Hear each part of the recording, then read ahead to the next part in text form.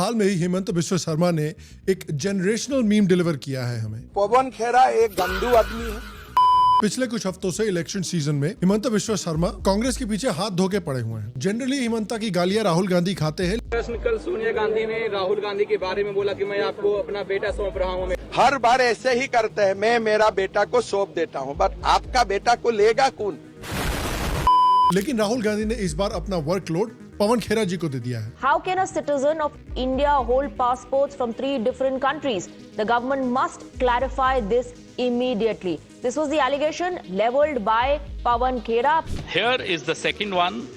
This is Antigua Barbuda, valid until 2031 August. You can show. And the third is very ironically another Muslim country, Egypt. This is also a valid passport. Riniki भूया शर्मा भारत का passport भी रखती हैं। Is she a citizen of India also? Because we have shown you 3 passports. And Rahul Gandhi has backed Congress leader Pawan Khera and his statements against Assam Chief Minister Himanta Biswa Sarma. Rahul doubles down on corrupt Chief Minister attack. इसको ठीक से पेलूंगा। राहुल गांधी भी पागल है, ये पवन खेरा उससे भी ज्यादा पागल है। लेकिन कांग्रेस का लोग फालतू है, अकल नहीं। लीगल एक्शन तो चलेगा ही, लेकिन और एक एक्शन में लेने जा रहा हूँ, बाद में बताऊंगा। पवन खेरा को मैं पवन तेरा बना दूंगा। पहले तो पवन खेरा जी काफी जोश में बोल गए। आप करिए ना केस, चुनौती देकर जा रहे हैं, गुवाहाटी में बैठकर चुनौती दे रहे हैं, करिए केस। लेकिन जैसे ही असम पुलिस एक्टिवेट हुई, पवन खेरा जी मुंह छुपा के तेलंगाना भाग गए। पवन खेड़ा का एक वीडियो जारी किया, जो गाड़ी आपको दिखाई दे रही है कि हैदराबाद में इस गाड़ी में पिछली सीट पर बैठे हुए थे जो एक व्यक्ति, और उन्होंने ऐसे सर झुकाया हुआ है, वो पवन खेड़ा है। मतलब वो कैमरों से बच रहे हैं। असम पुलिस ने पवन खेड़ा के खिलाफ आपराधिक साजिश और धोखाधड़ी का केस दर्ज किया है।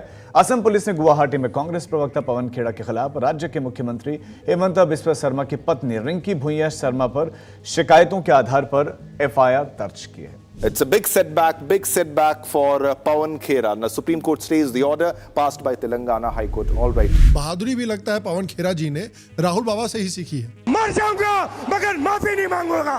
The Congress President Rahul Gandhi has apologized to the Indian Supreme Court.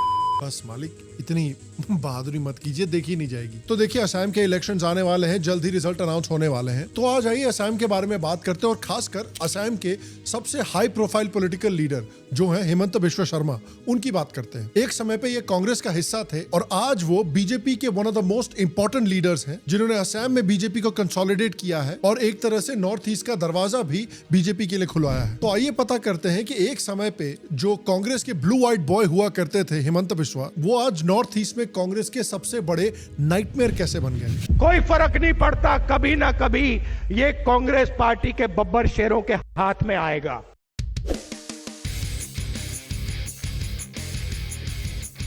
Hello और शाम शर्मा शो के इस एपिसोड में आपका बहुत बहुत स्वागत है। मैं हूं सेक्युलरिज्म का सीईओ शाम शर्मा, और आप सबको एक सेकुलर प्रणाम।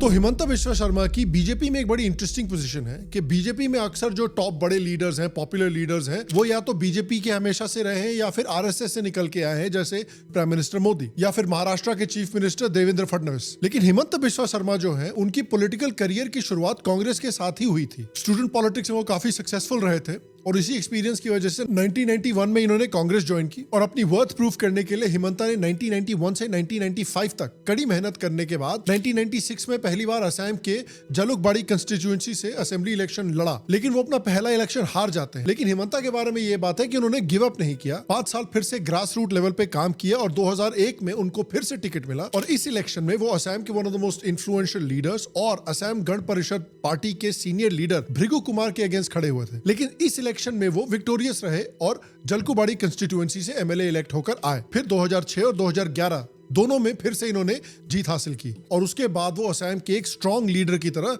एस्टैब्लिश हो गए। और वो असम के डेवलपमेंट के बारे में ही नहीं, असम के कल्चरल मुद्दों के बारे में भी काफी बात करते थे। इस वजह से असम की जनता में उनका काफी स्ट्रॉन्ग कनेक्ट बैठ गया। इसी टेन्योर के बीच में agriculture, planning, development, health, education और फाइनेंस जैसे इंपॉर्टेंट डिपार्टमेंट भी इन्होंने संभाले हैं। इनके टेन्योर के अंदर असम में हेल्थ केयर सेक्टर में एक अच्छा बूस्ट आया था। 3 नए मेडिकल कॉलेजेस खुले थे और 5 मेडिकल कॉलेजेस के कंस्ट्रक्शन का काम शुरू किया गया था। लेकिन आप जानते हैं कि कांग्रेस के अंदर मेहनत करने वालों को अप्रिशिएट नहीं किया जाता है। आपका बाप कौन है उसको देख के अप्रिशिएट किया जाता है। राहुल गांधी इस बात के सबसे क्लासिक केस हैं। अगर नेपोटिज्म का भी ओलंपिक्स में एक स्पोर्ट बन जाता है तो इंडिया के एटलीस्ट 2 गोल्ड मेडल तो गारंटीड है, एक बॉलीवुड से, एक कांग्रेस पार्टी से। और सेम चीज फिर असम में भी हुई। क्वालिफिकेशन वाइज हिमंता बिस्वा शर्मा काफी स्ट्रॉन्ग कैंडिडेट थे, लेकिन कांग्रेस पार्टी ने तरुण गोगोई के बेटे गौरव गोगोई को चूज किया एज सक्सेसर। टिपिकल नेपोटिज्म का केस है और आप समझिए कि इसको देख के करण जौहर कितना प्राउड फील कर रहा होगा। और ये डिसीजन भी अलेजेडली राहुल गांधी ने ही लिया था, हिमंता बिस्वा को इग्नोर करने का और गौरव गोगोई को प्रमोट करने का। और इस बात से ऑब्वियसली हिमंता काफी चिढ़ गए और 2014 में उन्होंने और उनके 38 सपोर्टर्स ने कांग्रेस से वॉकआउट कर दिया। 2015 के इलेक्शन में हिमंता बिस्वा बीजेपी ज्वाइन कर लेते हैं और हाथ धो के राहुल गांधी के पीछे पड़ जाते हैं उसके बाद। So I think I have defected the party, but I have defected with the core ideology of the Congress. Rahul will come as if a god has come, now we have to worship him. He will not say here and here. He will pick up one guy out of the crowd, go extra mile to show that I am close to him. Now when you talk to him internally or talk to him on a face to face, I talked to him 7-8 times on face to face, I have seen him a complete arrogant person. And finally when we sit down with his for some serious discussion, I always found him playing with his dog instead of giving attention to the people surrounding him. But when you go to the Rahul Gandhi, you have to go with a master and servant relationship. कल सोनिया गांधी ने राहुल गांधी के बारे में बोला कि मैं आपको अपना बेटा सौंप रहा हूँ। हर बार ऐसे ही करते हैं, मैं मेरा बेटा को सौंप देता हूँ, बट आपका बेटा को लेगा कौन? बीजेपी उनकी इंपॉर्टेंस और उनकी पॉपुलैरिटी को रिकॉग्नाइज करती है और इमीडिएटली उनको असम के अंदर convener of election management committee की पोजीशन दे दी जाती है। और फिर से अपने आप को इन्होंने बीजेपी में भी प्रूव किया और 2016 में फिर से इन्होंने जलुकाबड़ी कंस्टिट्यूएंसी से एमएलए की सीट जीती और इसी में बीजेपी भी असम में पहली बार जीत दर्ज करती है। दूसरी बड़ी घटना जिस पर हम पहले आएंगे और वो है असम की। भारतीय जनता पार्टी लेड एक सरकार का बनना असम में ये बहुत ऐतिहासिक बात है। और आप सोचिए कि इलेक्शन के जस्ट पहले 32 सिटिंग लेजिस्लेटर्स कोई पार्टी खो देती है असम में गौरव गोगोई की लीडरशिप में, लेकिन उसके बावजूद कांग्रेस इस पे कोई एक्शन नहीं लेती है। खैर एनीवे, अगर कांग्रेस अपनी गलतियों से सीख रही होती तो आज राहुल गांधी और गौरव गोगोई इनके लीडर थोड़ी होते। इस जीत के बाद सर्बानंद सोनोवाल को चीफ मिनिस्टर बना दिया जाता है और हिमंत बिस्वा शर्मा को फाइनेंस, हेल्थ और एजुकेशन जैसी इंपॉर्टेंट मिनिस्ट्री दी जाती है। इस समय असम के अंदर हिमंता अपने रेलेवेंस को और बढ़ा रहे थे। उन्होंने असम के जो इलीगल माइग्रेशन की बहुत बड़ी प्रॉब्लम है उसको उठाना शुरू किया। पूरा मुसलमान लोगों को बुलाया, मैं बुला के उनको पूछा, भाई मुल्ला का जरूरत है कि डॉक्टर इंजीनियर का जरूरत? बोलो भाई और बहनों, बांग्लादेश का मुसलमान लोग हमें खा जाएगा, हमें जिंदा नहीं रहने देगा ये लोग। और कोई भी भारत का व्यक्ति बांग्लादेशी घुसपैठियों के लिए सिंपैथी नहीं रख सकता है by the constitution, by the parameter of law. Ground level पे चेंजेस भी सजेस्ट किए और इन प्रॉब्लम्स को उठाने के लिए, अपनी पॉपुलैरिटी बढ़ाने के लिए, अपनी रेलेवेंस बढ़ाने के लिए, पब्लिक के साथ इनका क्या कनेक्ट है, इसको देखते हुए 2021 में जब बीजेपी दोबारा जीतती है असम इलेक्शन तो हिमंता को असम का चीफ मिनिस्टर बना दिया जाता है। And as chief minister Himanta Biswa day 1 से ही इलीगल माइग्रेशन का मुद्दा खड़ा करने लगते हैं और उसके खिलाफ क्रैकडाउन शुरू करते हैं, जिसकी वजह से एक पोलराइजेशन होता है। क्योंकि आप देखिए असम जो है वो इकलौता स्टेट है जिसमें 35% मुस्लिम पॉपुलेशन है, उसके बावजूद एक बीजेपी की गवर्नमेंट है। We will also empower the district commissioners of Assam to enforce illegal expulsion, illegal immigrants expulsion Act 1950। और ये होता है सिर्फ और सिर्फ पोलराइजेशन क्रिएट करने से। और ऐसा नहीं है कि सिर्फ बीजेपी पोलराइजेशन करती है, सारी की सारी political parties in India polarization create करती है। समाजवादी पार्टी कास्ट पे पोलराइजेशन करती है, आरजेडी कास्ट पे पोलराइजेशन करती है, यादव और मुसलमान का वोट बैंक बनाती है, कांग्रेस पार्टी रिलीजन पे पोलराइज करती है, वो अपने मुसलमानों का एक सॉलिड बेस बनाने की कोशिश करती है, हिंदू जाए भाड़ में। सिमिलरली बीजेपी भी इलेक्शन जीतने के लिए पोलराइजेशन करती है, लेकिन उनका पोलराइजेशन थैंकफुली देश के काम आता है। तो इलीगल माइग्रेंट्स के खिलाफ जो इन्होंने पोलराइजेशन की है उससे बीजेपी को इलेक्टोरल भी फायदा हुआ है और असम में इलीगल माइग्रेशन की प्रॉब्लम को टैकल भी किया जा रहा है। बीजेपी ने असम में और हिमंता ने खासकर इंडिजिनस लैंड राइट्स के प्रोटेक्शन की बात शुरू की। असम सरकार नए कानून ला रही है जिससे ट्राइबल और इंडिजिनस कम्युनिटीज अपनी जमीन दूसरे लोगों, खासकर उन एरियाज में जहां डेमोग्राफिक चेंज, इलीगल माइग्रेशन की वजह से सबसे ज्यादा हो रहा है, उनको प्रोटेक्ट कर सके। क्योंकि हिमंता का और बीजेपी का हाइपर फोकस रहा था सिर्फ और सिर्फ इलीगल माइग्रेंट्स को दूर करने के लिए, इसलिए जो नेटिव असमीज मुस्लिम्स हैं उनका सपोर्ट भी बीजेपी की तरफ जा रहा है। मुसलमान है ना, 80% बीजेपी के साथ है। 80% बीजेपी के साथ। ये जो वीडियो देख रहा होगा कोई इंसान मानने को तैयार नहीं होगा, मैं बता रहा हूँ आपको। और क्योंकि बहुत स्मार्टली हिमंता का हाइपर फोकस रहा है इलीगल माइग्रेशन के ऊपर और असम का जो नेटिव कल्चर है उसको बचाने की बात कर रहे हैं, इस वजह से असम में हिमंता को और बीजेपी को काफी बड़ा सपोर्ट भी मिला है सीएए और एनआरसी जैसे लॉज को इंप्लीमेंट करने के लिए। 5 lakh bighas of illegally occupied government property already free भी हो चुकी है। और फिर इस सक्सेस को बिल्ड करते हुए हिमंता बिस्वा शर्मा ने हिंदुत्व की बात भी असम में करनी शुरू की है। और जो इंफ्रास्ट्रक्चर का भी इन्होंने काम किया है, जो डेवलपमेंट का काम किया है, ये भी हमको देखने को मिल रहा है। 2020 टू 2025 के बीच में असम की इकोनॉमी काफी तेजी से ग्रो की है, one of the fastest growing economies रही है इंडिया की। और इस वजह से बीजेपी को और एक हिंदुत्व पार्टी को एक फुटहोल्ड मिला है नॉर्थ ईस्ट में, जिससे कि बीजेपी फिर पूरे नॉर्थ ईस्ट में एक्सपैंड कर पाई है। नॉर्थ ईस्ट में एक्सपैंड करने के पीछे देखिए बहुत सारे रीजन है। एक बहुत बड़ा रीजन ये है कि 2014 के बाद मोदी गवर्नमेंट ने नॉर्थ ईस्ट में इंफ्रास्ट्रक्चर की एक तरह से बहार ला दी है। रोड हो, रेलवे हो, एयरपोर्ट हो, ब्रिजेस हो, और प्राइम मिनिस्टर जो है वो रेगुलरली नॉर्थ ईस्ट विजिट करते रहते हैं इन इंफ्रास्ट्रक्चर प्रोजेक्ट्स को ओवरसी करने के लिए। अमित शाह ने तो बताया है कि मोदी 11 सालों में नॉर्थ ईस्ट में 80 बार आए हैं और सिर्फ असम में ही 36 बार आ चुके हैं। इतनी बार कोई भी प्रीवियस प्राइम मिनिस्टर ने नॉर्थ ईस्ट को विजिट नहीं किया है। तो ये एक बहुत बड़ा रीजन था ही बीजेपी की जीत का। लेकिन उसके साथ एक बड़ा रीजन है हिमंता बिस्वा शर्मा और जो उन्होंने अलायंसेस क्रिएट की है नॉर्थ ईस्ट में, जैसे कि नॉर्थ ईस्ट डेमोक्रेटिक अलायंस यानी नेडा। 2016 में बीजेपी ने नेडा फॉर्म किया था, जिसका मोटिव था नॉर्थ ईस्ट इंडिया में नॉन कांग्रेस पार्टीज को एक साथ लाना, एक कोalition बनाना। और हिमंता बिस्वा शर्मा को इस फ्रंट का कन्वीनर अपॉइंट किया गया था। फाउंडिंग पार्टीज में थे Naga People's Front, Sikkim Democratic Front, People's Party of Arunachal, Asom Gana Parishad और बोडोलैंड पीपल्स फ्रंट। और ये स्ट्रैटेजी जरूरी इसलिए थी क्योंकि बीजेपी का जो एक हिंदुत्व का इमेज है वो नागालैंड, मेघालय, मिजोरम जैसी क्रिश्चियन मेजॉरिटी स्टेट्स में डायरेक्टली उतना इफेक्टिव नहीं हो पाता। तो हिमंता बिस्वा शर्मा की ये जो नेडा है, उन्होंने डेवलपमेंट पर फोकस किया, ट्राइबल राइट्स की बात की, ट्राइबल कल्चर की बात की, लोकल रीजनल पार्टीज के साथ मिलकर उनको पार्टनर बनाया। और उसका रिजल्ट आप देखिए कि 2023 तक नेडा की फॉर्मेशन ने बीजेपी को इनेबल किया कि 6 स्टेट्स में डायरेक्ट कंट्रोल या कोalition गवर्नमेंट सिक्योर कर सके।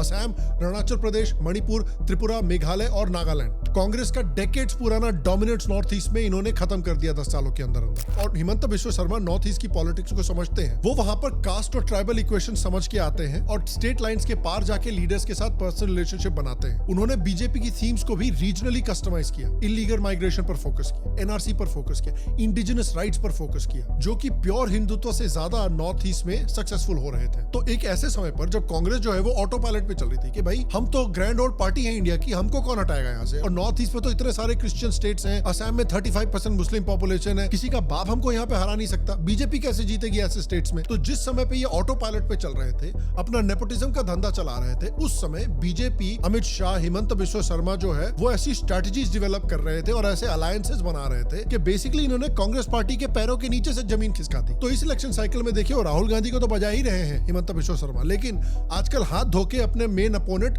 गौरव गोगोई के पीछे भी पड़े हुए हैं। गौरव गोगोई पाकिस्तान का एजेंट है, उनका बीबी भी पाकिस्तानी है। राहुल गांधी मतलब पापू है, गौरव गोगोई को लोग छोटा पापू मानते हैं। इन्होंने रिपीटेडली ये बात उठाई है कि कांग्रेस पार्टी जो है सीएए और एनआरसी को अपोज करता है, जबकि असम के लोगों में इन दोनों कानूनों के लिए बहुत स्ट्रॉन्ग सपोर्ट है। क्योंकि अगर आप देखिए असमीज एथनिक नेशनलिज्म जो है वो 1979 टू 85 के असम एजिटेशन से ही एंटी इलीगल इमिग्रेशन काफी रही है। कांग्रेस की असम में सबसे बड़ी प्रॉब्लम ये थी कि वो बंगाली स्पीकिंग मुस्लिम्स के वोट्स पे काफी डिपेंड करती थी, जिनमें से काफी पोस्ट 1971 माइग्रेंट्स हैं। तो बेसिकली कांग्रेस एक ऐसी सिचुएशन में थी जहां उनका वोट बैंक और असमीज मेजॉरिटी सेंटिमेंट दोनों एक दूसरे के सीधे खिलाफ थे। और यही था असम के लोगों के बीच में और कांग्रेस के बीच में गैप, जिसको बीजेपी ने एक्सप्लॉइट किया। बीजेपी ने कहा कि भाई तरुण गोगोई, गौरव गोगोई जो है वो बांग्लादेशी इन्फिल्ट्रेटर्स के खिलाफ सॉफ्ट स्टांस ले रहे हैं, जो असम की डेमोग्राफिक और एथनिक आइडेंटिटी को ऑल्टर कर रहे हैं। हिमंता बिस्वा शर्मा ने सीधे इलीगल माइग्रेशन को टैकल किया है और बोला है कि जो बांग्लादेश से आ रहे हैं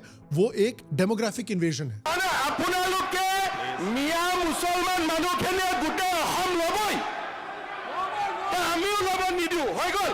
इन्होंने अनाउंस किया था एक व्हाइट पेपर जिसमें पूरा ब्रेकडाउन होगा कि कैसे 28,000 बूथों में से 19,000 बूथ्स का पूरा पॉपुलेशन ही बदल गया है इलीगल माइग्रेशन की वजह से। और इस माइग्रेशन की वजह से जो इस्लामिक रेडिकलाइजेशन हो रही है उसके खिलाफ भी हिमंता ने स्टेप्स लिए हैं। इन्होंने करीब 1200 मदरसों को नॉर्मल स्टेट सिलेबस वाले स्कूल में कन्वर्ट किया है। मैं बोला भैया मैं अभी 600 मदरसा बंद किया हूँ, लेकिन मेरा इरादा है सारे मदरसा बंद कर देने का। पिछले साल इन्होंने Assam compulsory registration of Muslim marriages and divorces act पास किया है और ये स्टेप जो है वो बेसिकली यूनिफॉर्म सिविल कोड की तरफ एक सॉलिड मूव माना जा रहा है। सरकार का कहना है कि इससे पॉलीगमी पे भी कंट्रोल होगा। निजुत मोइना स्कीम जो है बेटी पढ़ाओ बच्चे कम पैदा करो वाली स्कीम, इस स्कीम के अंदर क्लास 11 से लेकर पीजी तक की लड़कियों को मंथली स्टाइपेंड मिलता है 1000 से 2500 रुपए तक। लॉजिक ये है कि अगर लड़की स्कूल में रहेगी तो जल्दी शादी नहीं होगी और अगर जल्दी शादी नहीं होगी तो बच्चे भी थोड़े कम होंगे। बताइए यार क्या हो रहा है मोदी के इंडिया में माइनॉरिटीज के साथ। आजकल माइनॉरिटी 4 बीवियां भी नहीं रख सकते, कल को क्या चाइल्ड मैरिज भी बंद करवा दोगे? Oh shit. This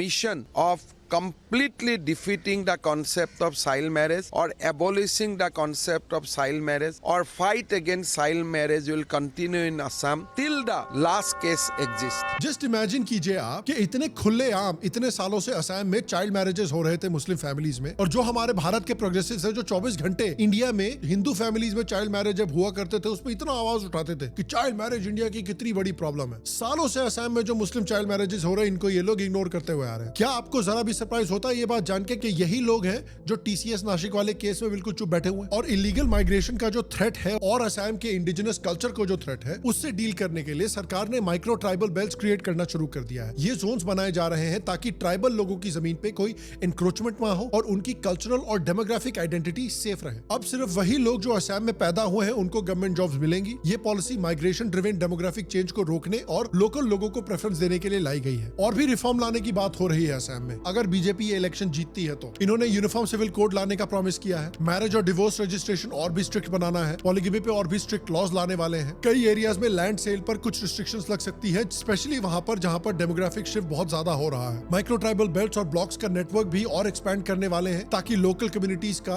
और इंडिजिनस कम्युनिटीज का लैंड और कल्चर सेफ रहे। जैसे निजुत मोइना और एजुकेशन बेस्ड इंसेंटिव्स अब और वाइड स्प्रेड होने वाले हैं। गोल सिंपल है ताकि मुस्लिम औरतों को एम्पावर किया जाए ताकि उनको मुस्लिम सोसाइटी में मवेशियों की तरह ट्रीट ना किया जाए कि भाई ये तो सिर्फ बच्चा पैदा करने की मशीन है। अब देखिए हिमंता में सब कुछ परफेक्ट भी नहीं है। याद रखिए बीजेपी ज्वाइन करने से पहले 2015 में ये सीबीआई के रेडार पे थे। शारदा चिट फंड स्कैम के कनेक्शन में उन्हें क्वेश्चन किया गया था और सीबीआई ने रेड की थी। इंडियन एक्सप्रेस और एनडीटीवी दोनों ने ये रिपोर्ट किया था। लुई बर्जर ब्राइबरी कंट्रोवर्सी भी थी इनके ऊपर जिसमें इनके ऊपर एलिगेशंस लगे थे। बीजेपी ने खुद अपने पॉलिटिकल मटेरियल में शर्मा को की सस्पेक्ट डिस्क्राइब किया था और फिर अगस्त 2015 में शर्मा बीजेपी ज्वाइन कर लेते हैं और उसके बाद इंडियन एक्सप्रेस ने 2024 में रिपोर्ट किया है कि शारदा केस 2015 से इसमें कुछ खास मूवमेंट नहीं हुई है। एक इंपॉर्टेंट नोट ये भी है कि सीबीआई ने किसी भी चार्जशीट में शर्मा का नाम कभी फॉर्मली इंक्लूड नहीं किया था। ये भी इंपॉर्टेंट है जानना। और दूसरी चीज जिससे मैं नाराज हूँ कि जो हाल में ही हिमंता बिस्वा शर्मा ने किया है समय रैना के केस में, इसके पीछे जो ये लोग पड़े थे, इसको ये जेल में जाने की जो कोशिश कर रहे थे सिर्फ इसलिए क्योंकि समय रैना के शो पे किसी ने भद्दा जोक मार दिया। उसको पुलिस के सामने आना पड़ा, जजेस के सामने आके हाजिरी देनी पड़ी। ये वही राइट विंग लोग हैं जो कहते हैं कि भाई यंग लोगों को अपनी आइडियोलॉजी की तरफ अट्रैक्ट करना बहुत जरूरी है।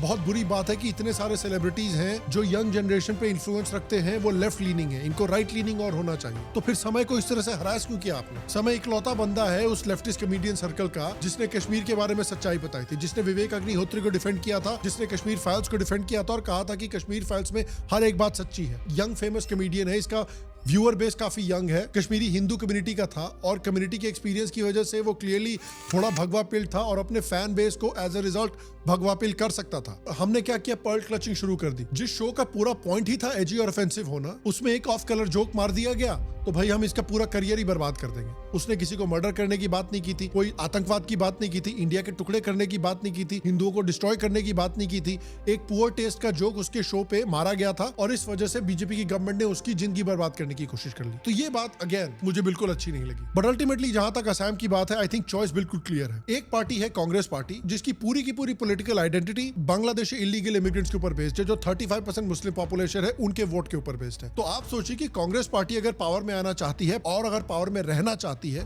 तो उनकी प्रायोरिटी है कि वो इस वोटर बेस का ध्यान रखें। जबकि बीजेपी जो है, हिमंता बिस्वा शर्मा जो है, उनकी प्रायोरिटी है कि जो इंडिजिनस असम के लोग हैं, जो असम का इंडिजिनस हिंदू कल्चर है, उसको प्रोटेक्ट किया जाए, उसको जोड़ा जाए, उसको मोबिलाइज किया जाए और सबसे पहले उसका ध्यान रखा जाए। और आप अगर पिछले 8-9 साल का हिमंता बिस्वा शर्मा का ट्रैक रिकॉर्ड भी देखेंगे तो आप देखिए कि इंफ्रास्ट्रक्चर डेवलपमेंट कितनी तेजी से हुई है। It has been one of the fastest growing economies in the country. तो चॉइस काफी क्लियर हो जाती है कि असम के डेवलपमेंट के लिए, नॉर्थ ईस्ट के डेवलपमेंट के लिए कौन सी पार्टी बेहतर है। बट अल्टीमेटली इलेक्शन में क्या होता है भैया, ये तो मैं नहीं जानता, ये तो सिर्फ असम के लोग जानते हैं। तो जब इलेक्शन होगा तब हमें पता चल जाएगा। बट मैं आपसे पूछना चाहता हूँ कि आपके हिसाब से अगर आप असम से हैं, अगर आप असम के पॉलिटिक्स को स्टडी करते हैं, तो आपको क्या लगता है कि क्या चांस है इस बार? क्या आपको लगता है कि हिमंता कंफर्टेबली जीतेंगे या फिर आपको लगता है कि इस बार एक्चुअली कांग्रेस पार्टी का चांस है? नीचे कमेंट सेक्शन में मुझे जरूर बताएं। बाकी गाइस आपसे अगले वीडियो मुलाकात होगी और तब तक के लिए स्वस्थ रहें, सुखी रहें, फिर मिलेंगे। और आप सबको एक सेकंड प्रणाम।